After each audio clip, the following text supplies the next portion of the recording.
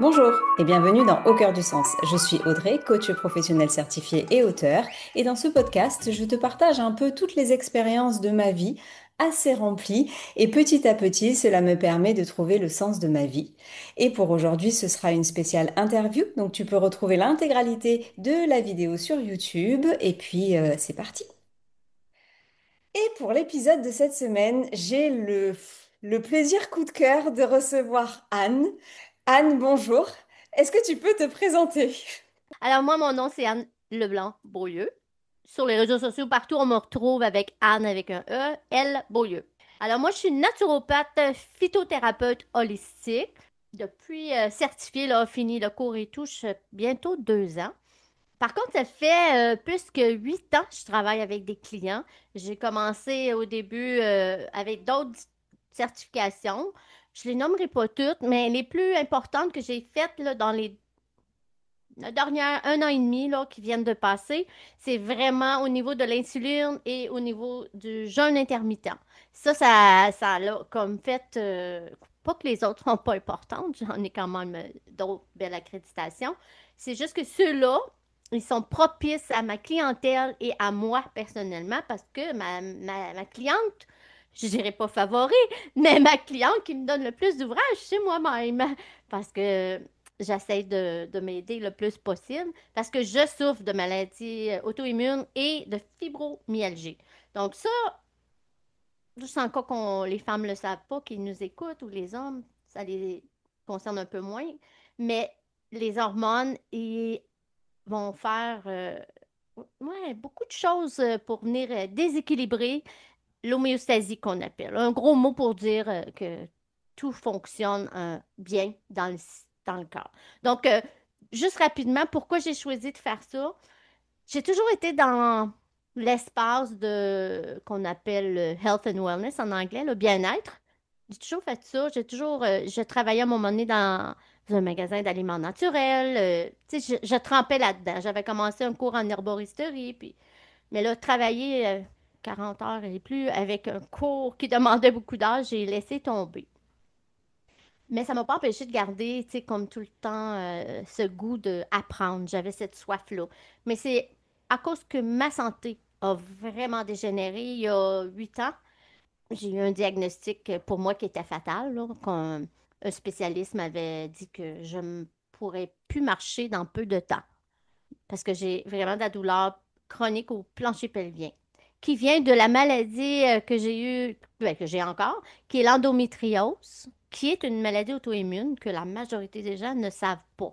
Bref, tout ça, en fait, c'est tous ces diagnostics-là, un après l'autre, qui ont fait que la médecine traditionnelle, c'est ce que je veux dire, ne pouvait plus m'aider. Je prenais énormément de médicaments, en tout, là, au moins 25 médications par jour juste pour être capable de m'asseoir, rester debout. Donc, j'étais vraiment pas. Je riais encore, par exemple. Oui, j'avais encore mon sourire parce que je suis comme ça. Mais bref, j'ai fini par dire OK, si la médecine traditionnelle ne peut plus m'aider, je vais aller voir ailleurs. Fait que j'ai fait énormément de recherches, puis après 3 mois de brailler, ça veut dire pleurer. Donc, beaucoup de peine, beaucoup de chagrin. J'ai pas fait de dépression, mais j'étais dans un état dépressif.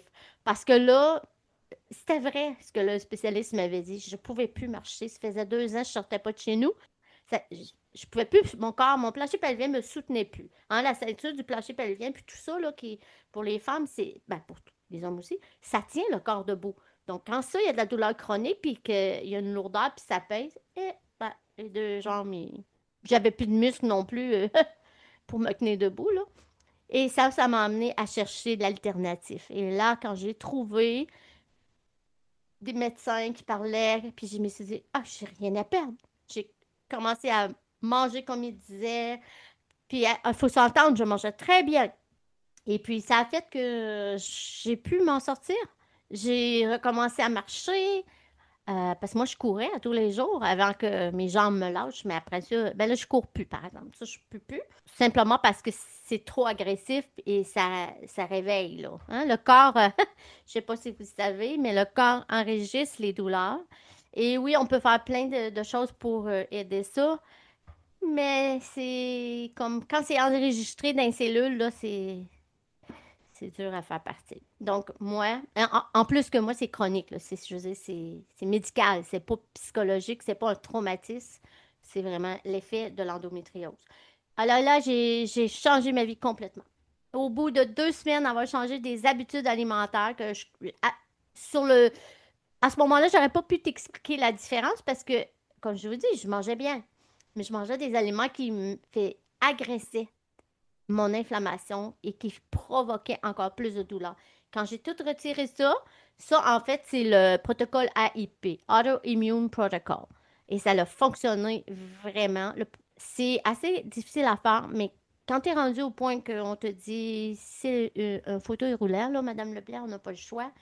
Bon, tu fais pas mal tout ce que tu peux. Et ensuite de ça, ben, quand je suis arrivée voir mon médecin, parce que moi, je voyais mon médecin pour la fibromyalgie à tous les mois, là.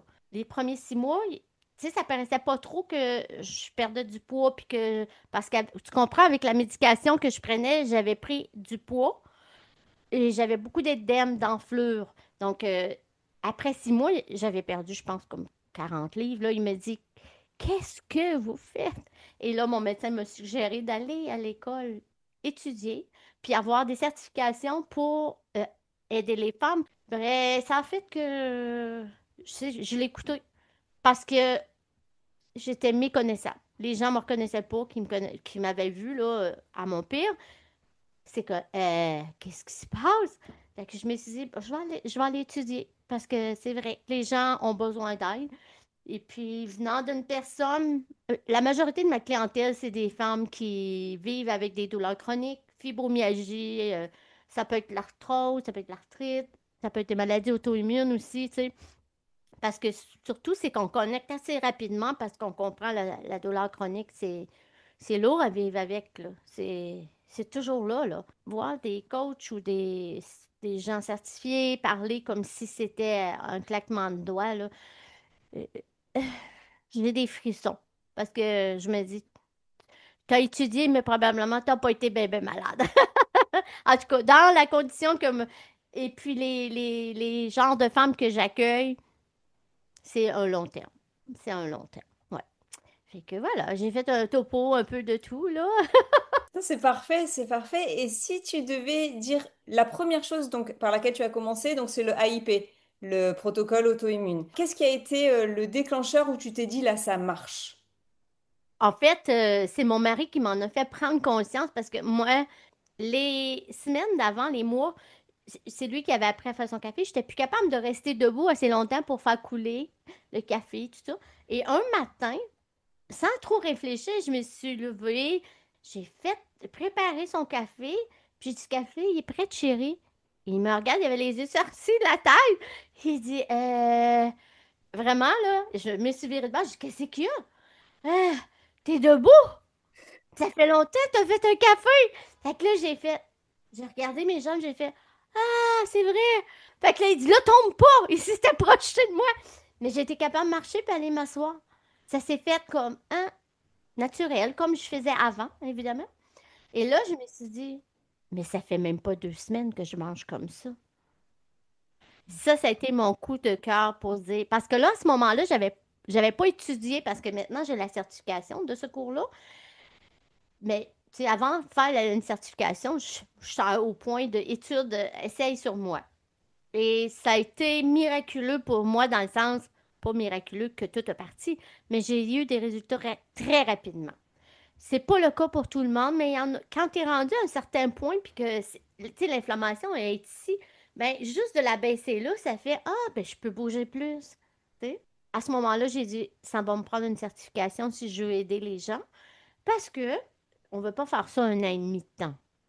C'est long, là. Puis c'est très dur à faire, excessivement dur. C'est rare que j'ai une cliente qui me dit, oh non, c'était facile. Ouais, il faut vraiment être décidé de vouloir changer.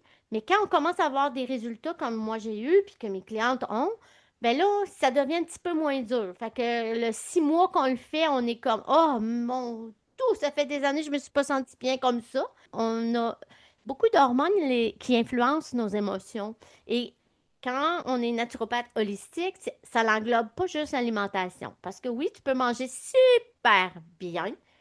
Et je l'ai vu dans mes la clientèle, tu peux manger super bien, changer ta façon, tu peux même bouger.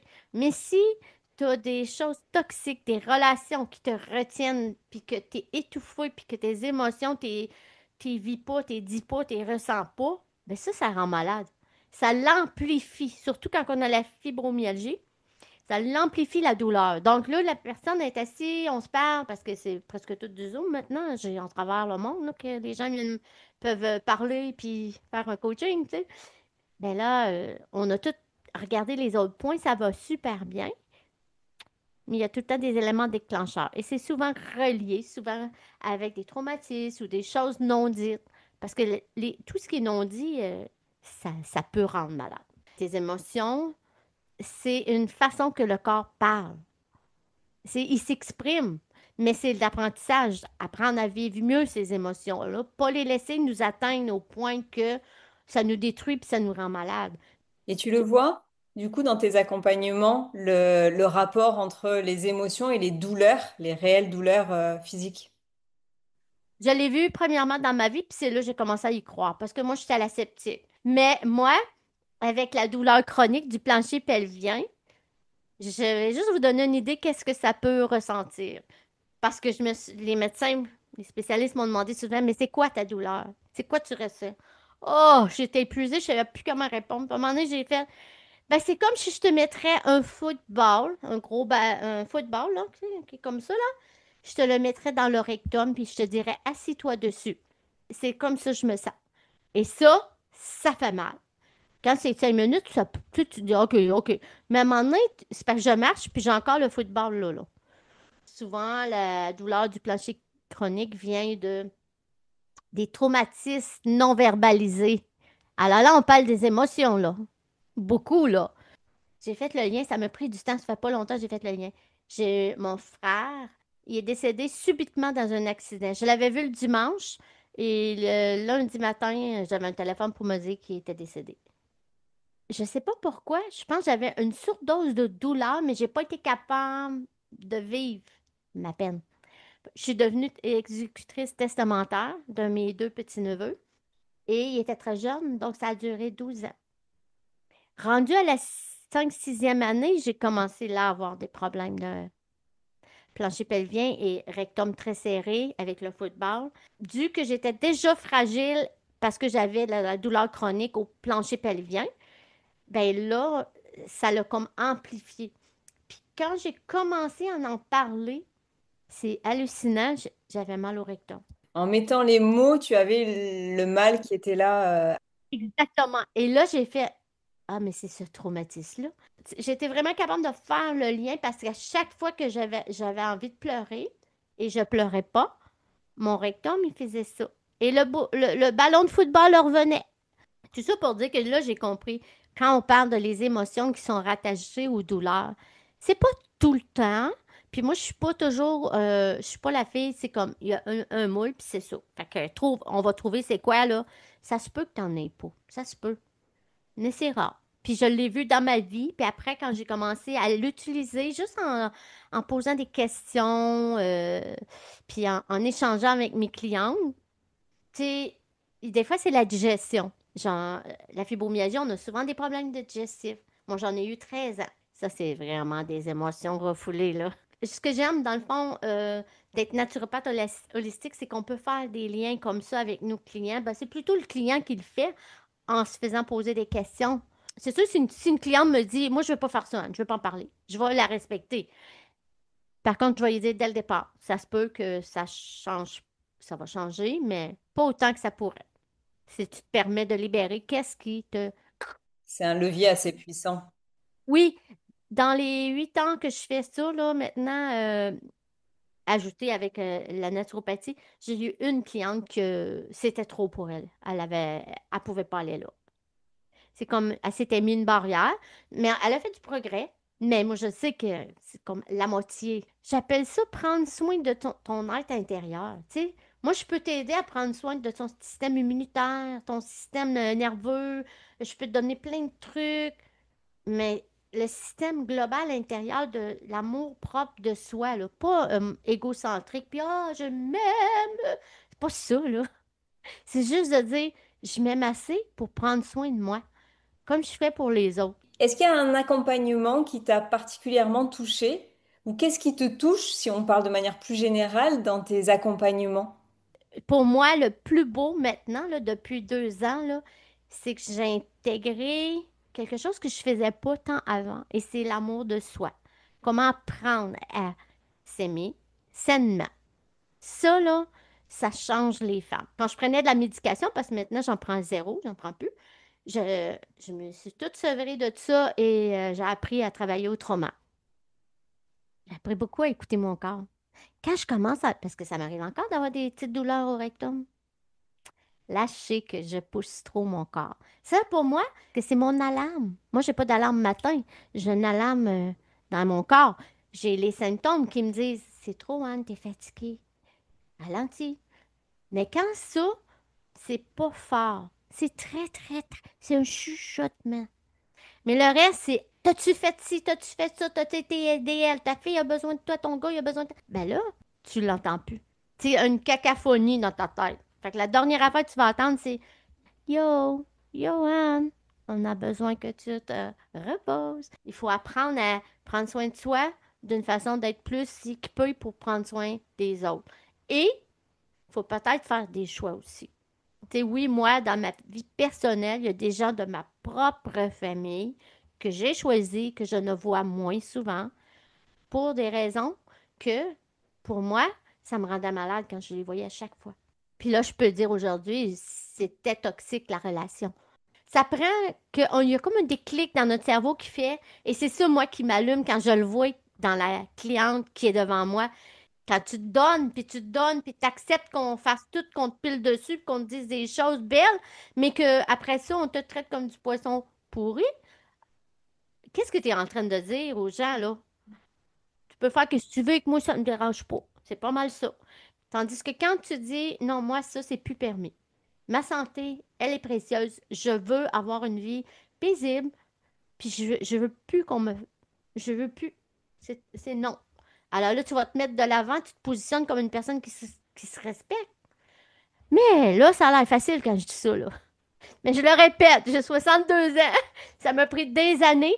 Et maintenant, je peux dire, si tu écoutes la douleur que ton corps te dit, elle est subtile des fois. Parce qu'elle parle pas fort. Parce que ça fait 25, 30 ans qu'elle essaie de te dire que ça fait mal, mais tu dis, j'ai pas le temps. J'ai pas le temps. Et si tu commences à prendre le temps d'écouter ça, tu vas commencer à faire des points avec pourquoi il y a une fatigue extrême chez moi. Pourquoi je suis toujours épuisée? J'ai l'impression j'en fais jamais assez. Quand on fait ça, après, c'est beaucoup plus facile. Parce que là, on, on appelle ça des six synapses du cerveau. On donne des nouveaux circuits à notre cerveau. Puis on est en train de reprogrammer notre cerveau à dire ça, j'accepte plus ça. Ah, moi, je pourrais parler encore longtemps, là. Faut que tu m'arrêtes. Alors, t'arrêter, j'aimerais ne jamais t'arrêter. Par contre, je vais te laisser continuer avec la question signature du podcast, qui est, moi, je me suis toujours interrogée sur le sens de la vie, à quoi ça sert tout ça. Toi, est-ce que, avec tes 62 ans, ton expérience et tout ce que tu as vécu, justement, est-ce que tu dirais que tu l'as, le sens de la vie, le sens de ta vie, ou à quoi ça sert cette vie pour toi? Ben, en fait, ma mission, dès le début, quand j'ai commencé, c'était d'aider les femmes vivant avec de la douleur chronique à retrouver leur équilibre, leur vitalité, l'amour de vivre, puis tu sais, que la vie soit pas parfaite, mais paisible. Pour moi, le sens de ma vie, là, ça va avoir été vraiment d'avoir redonné aux femmes ce que j'ai appris, puis fais ce que tu veux avec. Mais dans la vie, tu as deux choix, hein. Tu choisis ou, tu sais, je m'en vais là, puis j'appelle ça le pessimisme là, éternel, ou moi, je suis pas optimiste, je suis optimiste, mais je suis très réaliste aussi. Et dans cette réalité-là, ce que je transmets souvent, c'est que on peut-tu trouver une petite pépite d'or? Quelque chose. On va travailler avec cette petite pépite d'or-là. Puis après, parce que pour moi, la gratitude puis la reconnaissance, dans toutes mes affaires ont été difficiles, j'ai toujours eu une personne qui est venue aux côtés de moi, qui m'a aidé à me relever, qui m'a donné un sens de mets un pied devant, continue. Je sais que c'est dur. Tu as sûrement quelque chose que tu vas apporter un jour aux autres. Puis là, je sens que depuis 8 ans, c'est ce que je fais. Ça a donné le centre, mais il y a aussi, il faut que je dise, je peux pas, ça fait partie de moi. Je suis une femme de foi, là. Moi, je suis une femme ouais, oui, qui croit en Dieu. Donc, ça m'a retenu de souvent aller l'autre bord. Puis, en fait, j'ai pas de mérite parce que moi, je me levais avec un sourire. Puis, je suis encore comme ça aujourd'hui. C'est magnifique. Vraiment, merci beaucoup. Merci pour tout ce partage, Anne. Merci à toi.